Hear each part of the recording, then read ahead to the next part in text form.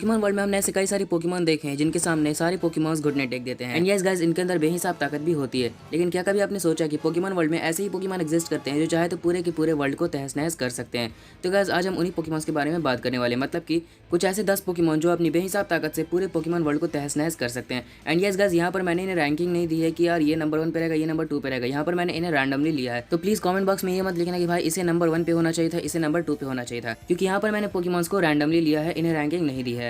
और यहाँ पर मैंने उन्हीं पोकेमॉन्स को लिया है जिनकी पावर इस लेवल तक थी कि ये चाहे तो पूरे के पूरे पोकेमॉन वर्ल्ड को तहस नहस कर सकते हैं। तो गाइस, वीडियो पसंद आती है और लाइक कर देना, एंड चैनल पर नए हैं तो प्लीज चैनल को सब्सक्राइब भी कर लेना इस तरह की पोकेमॉन की वीडियोस देखने के लिए। तो चलिए फिर वीडियो को स्टार्ट करते हैं। तो गाइस, सबसे पहले आता है गेरेटिना। गाइस, गेरेटिना को मैंने इस लिस्ट में इसीलिए लिया है क्योंकि गेरेटिना की ऑलरेडी ईवल पावर्स हमने देख ली है। वैसे तो ये ईवल नहीं है, लेकिन सच में अगर ईवल बनना चाहे तो बहुत ताकतवर साबित हो सकता है। गेरेटिना अब तक का सबसे स्ट्रॉन्गेस्ट घोस्ट टाइप पोकेमॉन है। और गाइस, जो पावर इसे लिस्ट में लेकर आई है वो है इसकी रिवर्स वर्ल्ड की पावर। गाइस, गेरेटिना चाहे तो रिवर्स वर्ल्ड में जाकर रियल वर्ल्ड पे हमला कर सकता है, जिससे रियल वर्ल्ड पूरी तरह से डिस्ट्रॉय हो जाएगा, जैसे कि हमने Giratina in the Sky Warrior movie में देखा भी है, जहां पर जीरो गिरेटिना की पावर्स की मदद से रिवर्स वर्ल्ड में चल गया था और उसके बाद उसने असली दुनिया पे हमला कर दिया था, जिसके कारण पूरा रियल वर्ल्ड तहस नहस होकर रह गया था। तो चलिए बढ़ते हैं दूसरे पोकेमॉन की तरफ। अगला पोकेमॉन आता है येवेल्टल। गाइस, येवेल्टल की पावर्स मुझे एक्सप्लेन करने की जरूरत नहीं है, इसकी पावर आप लोगों को पता है कि आखिर किस रीजन की वजह से येवेल्टल इस लिस्ट में आया है। गाइस, येवेल्टल के पास इतनी पावर है कि अपने पंखों को फैलाकर सारे पोकेमॉन की लाइफ फॉर्म्स को एब्जॉर्ब कर सकता है, जिसके कारण पूरा अर्थ डिस्ट्रॉय हो जाएगा। सो यस गाइस, येवेल्टल की पावर्स एक अलग ही लेवल पे एंड वो चाहे तो पूरे अर्थ को डिस्ट्रॉय कर सकता है। और अगर इसने पोकेमॉन वर्ल्ड के जितने भी पोकेमॉन हैं उनकी लाइफ फॉर्म्स को एब्जॉर्ब कर लिया, तब इसकी लाइफ और भी ज़्यादा इंक्रीज हो जाएगी और इसकी ताकत भी बढ़ेगी। एंड प्लस अपनी इस पावर के जरिए पूरे पोकेमॉन वर्ल्ड को तहस नहस करके रख सकता है।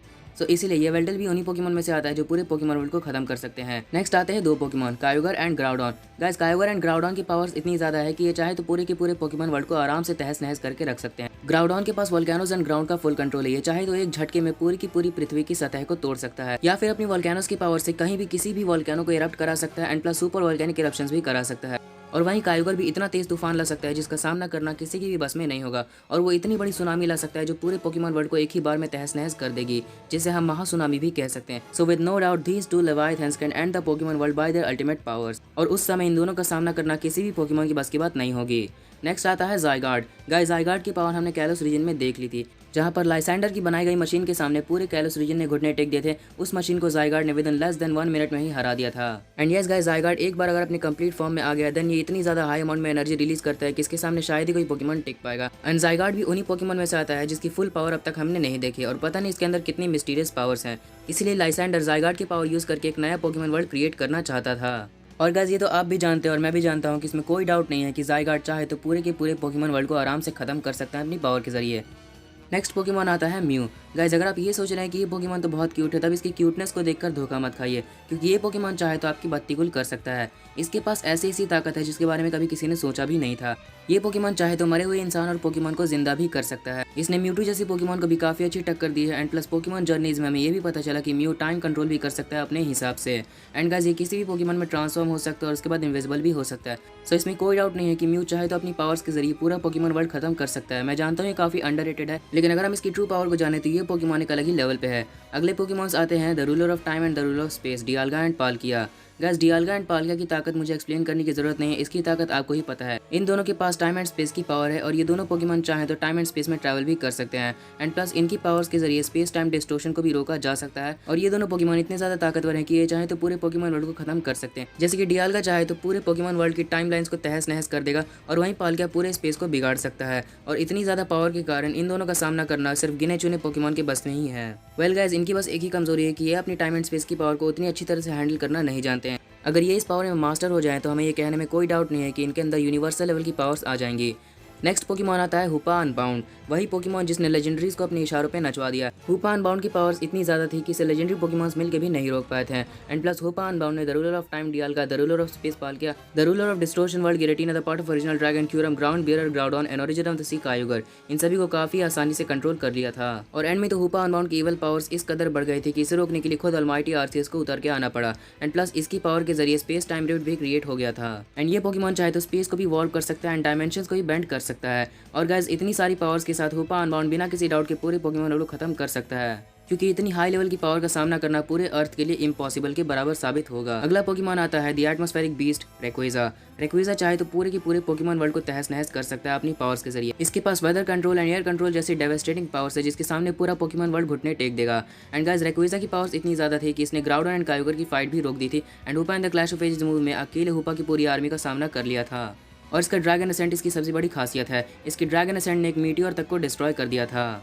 सो गाइस अगर रेक्वेजा चाहे तो एक ऐसा स्टॉर्म क्रिएट कर सकता है जो पूरे वर्ल्ड को डिस्ट्रॉय कर दे या फिर अल्टीमेटली पूरे एटमॉस्फेयर को खत्म कर सकता है। और अगर एक बार एटमॉस्फेयर खत्म हुआ तो पूरे पोकेमॉन वर्ल्ड में किसी में भी इतनी ताकत नहीं होगी कि इतने बड़े खतरे को रोक पाए, क्योंकि एटमॉस्फेयर खत्म होने के बाद क्या होगा ये हम सबको पता है। सो अब बढ़ते हैं नेक्स्ट पोकेमॉन की तरफ। अगला पोकेमॉन आता है the legend killer Mewtwo. Mewtwo को इस लिस्ट में होना ही चाहिए था गाइस। म्यूटू की पावर्स इतनी ज्यादा थी कि अगर इसे रोका नहीं जाता तो फर्स्ट मूवी में ही पूरा पोकेमॉन वर्ल्ड खत्म हो जाता। म्यूटू की साइकिक पावर इस लेवल पे है कि ये चाहे तो सिर्फ अपने 3 फिंगर्स को ही वेव करके एक ऐसा स्टॉर्म क्रिएट कर सकता है जो कि पूरे पोकेमॉन वर्ल्ड को खत्म कर देगा। म्यूटू को इस तौर पे बनाया गया था ताकि ये पोकेमॉन वर्ल्ड का सबसे स्ट्रॉन्गेस्ट पोकेमॉन हो और इसकी पावर्स के जरिए हमें ये देखने को भी मिलता है म्यूटू पूरे पोकेमॉन वर्ल्ड का one of the strongest Pokemon में से एक है और ये चाहे तो अपनी पावर के जरिए पूरे पोकेमॉन वर्ल्ड को खत्म कर सकता है। एंड गाइस एक समय पे Mewtwo destroyer of the world भी रह चुका है और वो चाहे तो फिर से वही स्टॉर्म क्रिएट कर सकता है जो उसने फर्स्ट मूवी में क्रिएट किया था, जो कि पूरे पोकेमॉन वर्ल्ड को खत्म कर देगा। एंड गाइस मुझे नहीं लगता कि मुझे म्यूटू की पावर्स एक्सप्लेन करने की जरूरत है, क्योंकि आप सभी को भी पता है कि म्यूटू आखिर किस हद तक पावरफुल है। सो फाइनली लास्ट पोकेमॉन आता है the original one RCS. Guys almighty RCS को तो हम सभी लोग जानते हैं, ये पोकेमॉन वर्ल्ड का गॉड है और ये पोकेमॉन वर्ल्ड का फर्स्ट एग्जिस्टिंग पोकेमॉन भी है जिसने हजार हाथों से यूनिवर्स को शेप दिया है। एंड गाइस अगर आरसीएस चाहे तो पूरे क्रिएशन ट्रियो को आराम से हरा सकता है या फिर उन्हें रिक्रिएट भी कर सकता है। आरसीएस ने डियालगा, पाल्किया एंड गिरेटिना को time, space and anti matter पे फुल कंट्रोल दिया है। आरसीएस की पावर्स इतनी ज्यादा थी कि इसने एक बर्निंग मीटियोर तक को डिस्ट्रॉय कर दिया था। और गाइस अगर हम एक चीज देखें तो अभी आरसीएस ने अपनी सारी स्ट्रेंथ लगभग डोनेट कर दी है, जैसे कि डियालगा, पाल्किया, गिरेटिना को क्रिएट किया, उन्हें time, space and anti matter की पावर दी। यूक्सिम, एस्पिरिट, अजल को क्रिएट किया और उन्हें भी नॉलेज, इमोशन और विल पावर की पावर दी। सिनोरिया ने क्रिएट किया, नैंसी रीजन को क्रिएट किया और इतना सब कुछ करने में उसने अपनी लगभग सारी स्ट्रेंथ डोनेट कर दी है। बट इतनी सारी स्ट्रेंथ डोनेट करने के बाद भी अभी भी आरसीएस में इतनी ताकत है कि ये चाहे तो अकेला पूरी पोकेमॉन वर्ल्ड को खत्म कर सकता है, इसमें कोई डाउट नहीं है। सो गाइस एक बार बस इमेजिन कीजिए कि अगर आरसीएस ने अपनी सारी स्ट्रेंथ वापस ले ली, वो सारी स्ट्रेंथ जो इसने अभी डोनेट की है, तो उसके बाद आरसीएस को रोकना नामुमकिन के बराबर होगा। और उसके बाद आरसीएस एक ऐसा पोकेमॉन बन जाएगा जिसे रोका नहीं जा सकेगा, जिस पर विजय हासिल करना नामुमकिन होगा, जो अजय होगा और वो पोकेमॉन वर्ल्ड पे कहर बन के बरसेगा। और इसके बाद हमें कोई डाउट नहीं है कि इस समय आरसीएस को रोकना किसी भी पोकेमॉन की बस की बात नहीं होगी और वो पूरे पोकेमॉन वर्ल्ड को खत्म कर देगा। सो गाइस ये सिर्फ मेरा ओपिनियन था, आपका ओपिनियन कुछ और भी हो सकता है। गाइस आपका ओपिनियन क्या है ये आप मुझे कमेंट सेक्शन में बताइए और आपके हिसाब से कौन कौन से ऐसे पोकेमॉन हैं जो कि पूरे अर्थ को डिस्ट्रॉय कर सकते हैं। तो चलिए गाइस आज के लिए बस इतना ही। तो गाइस अगर आपको ये वीडियो अच्छा लगा तो यार लाइक कर देना एंड चैनल पर रहे तो प्लीज़ चैनल को सब्सक्राइब भी कर लेना एंड बेल आइकन को प्रेस करके ऑल पे कर देना, ताकि जब भी मैं कोई न्यू वीडियो अपलोड करूँ उसकी नोटिफिकेशन आपके पास सबसे पहले आ जाए। एंड गाइस इंस्टाग्राम की लिंक डिस्क्रिप्शन में, वहाँ से आप चेकआउट कर सकते हैं।